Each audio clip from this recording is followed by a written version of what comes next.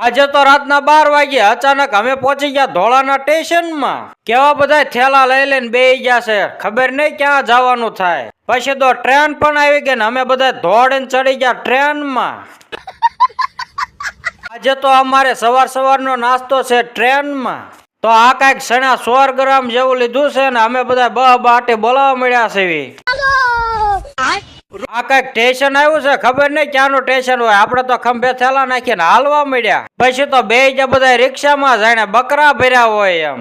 ઓહો, રિક્ષામાં તો ફૂલ મોજ પડાઈ દીધી. શું આ ટેણીયા રિક્ષા હો ભાઈ.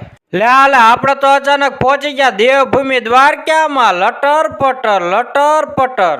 તો ગાઈસ, આ છે દ્વારકાનો દરિયો ને આ બધા ફોટાની મોજ માણી રહ્યા છે ને આપણે બનાવી રહ્યા છીએ વ્લોગ. તો આ છે ગોમતી ઘાટનો કિનારો અને આ સામેની સાઈડ છે મંદિર. કેવા બધા બેહી ગયા છે થાકીને. લે અચાનક ઉદયભાઈ ધાંધલ ની એન્ટ્રી થઈ ગઈ.